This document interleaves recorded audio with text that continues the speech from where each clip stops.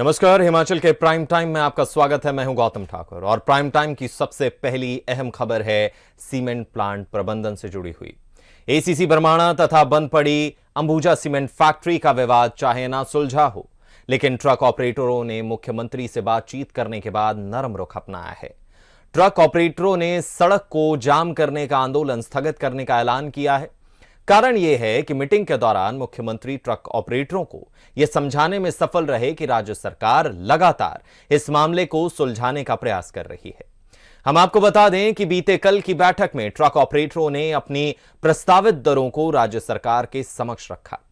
लिखित तौर पर दी गई माल भाड़े की दरें 10 रुपए 20 पैसे बताई जा रही हैं।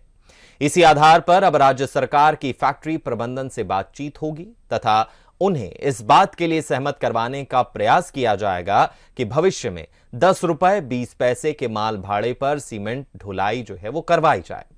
इसमें दिक्कत यह आ रही है कि अडानी ग्रुप किसी भी स्थिति में 2 अंकों में माल भाड़े को तय करने के लिए तैयार नहीं है। इसे देखते हुए अब सरकार सख्त रुख अपनाने के मूड में भी दिखती है। संकेत ये मिले हैं कि यदि सीमेंट प्रबंधन यानी अडानी ग्रुप इसी जिद पर रहा तो सोमवार के बाद राज्य सरकार दोनों कंपनियों को नोटिस भी जारी कर सकती है। बहुत ही संवेदनशील मामला और इस मामले पर ज्यादा जानकारी के लिए हमारे साथ हमारे स्थानीय संपादक विजयपुरी जी जुड़ गए हैं। नमस्कार सर। नमस्कार सर, मीटिंग के दौर लगातार चल रहे हैं, सीएम सुक्खू से भी बातचीत हो गई, दरें भी दे दी गई, अब क्या?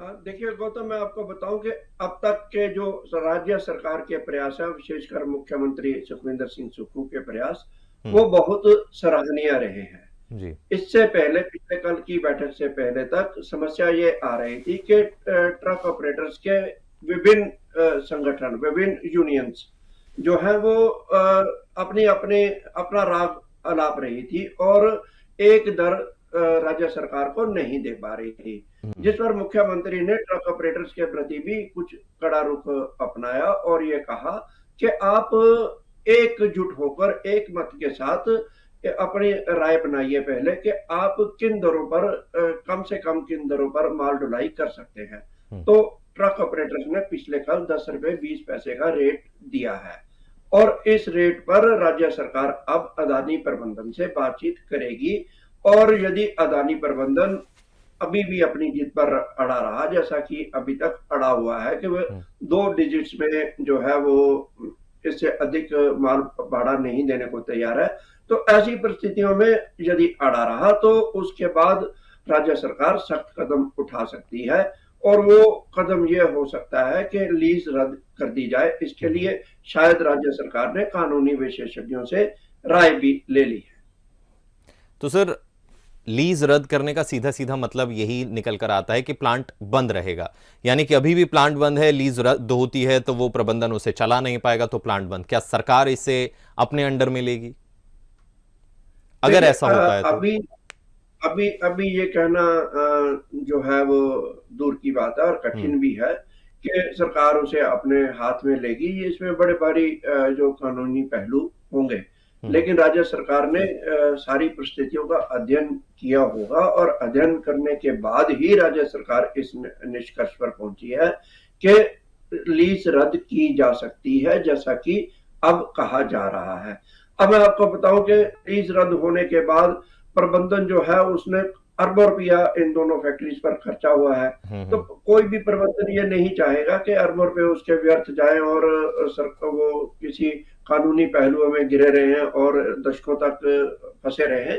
तो ऐसी परिस्थितियों में ये परिस्थितियां राज्य सरकार भी पैदा नहीं करना चाहती, क्योंकि लीज रद्द करना कोई बहुत बड़ा हल नहीं है। कि अगर ऐसा हो भी जाता है तो ट्रक तो वहीं खड़े हैं, किस्तें तो ट्रक ऑपरेटर्स ने देनी है, तो वो अपने जगह पर बैठे रहेंगे बेचारे, वो क्या करेंगे।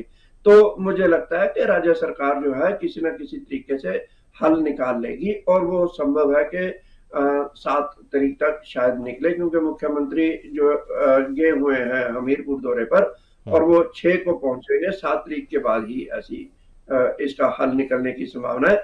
लेकिन मुख्यमंत्री ने 2 अधिकारियों को यह दायित्व सौंपा है कि इस बीच में वह प्रबंधन से बात करें और हो सकता है अगर प्रबंधन तैयार हो जाए तो सोमवार को इसकी घोषणा भी की जा सकती है और मुख्यमंत्री हमीरपुर में भी ये घोषणा कर सकते हैं कि इस विवाद का हल हो गया है।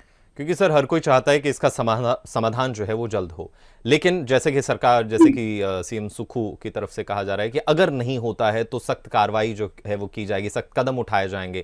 आपको लगता है कि ट्रक ऑपरेटर्स इतना उनमें संयम बचा है, क्योंकि उन्होंने सीधा अल्टीमेटम दिया है कि भैया सोमवार तक है, आप देखिए क्या कुछ आप कर सकते हैं, उसके बाद जो है वो अपनी रणनीति जो है वो बनाएंगे।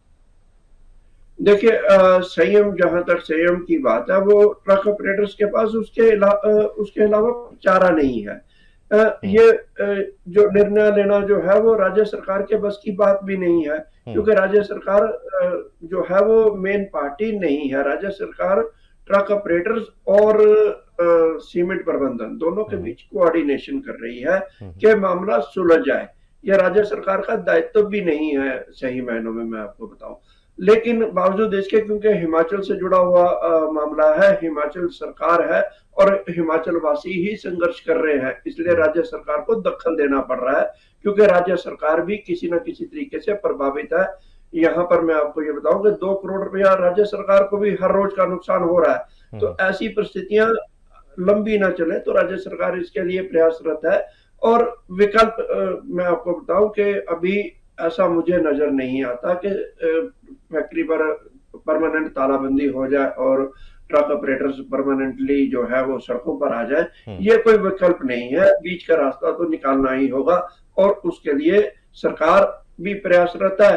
ट्रक ऑपरेटर्स ने भी थोड़ी अपनी जिद छोड़ी है और अंबुजा सीमेंट फैक्ट्री प्रबंधन को भी अपनी जिद छोड़नी होगी। अडानी ग्रुप को कहीं ना कहीं सामने आना होगा कि वो इस रेट पर जो है बात करने के लिए तैयार है। शुक्रिया सर तमाम जानकारी के लिए।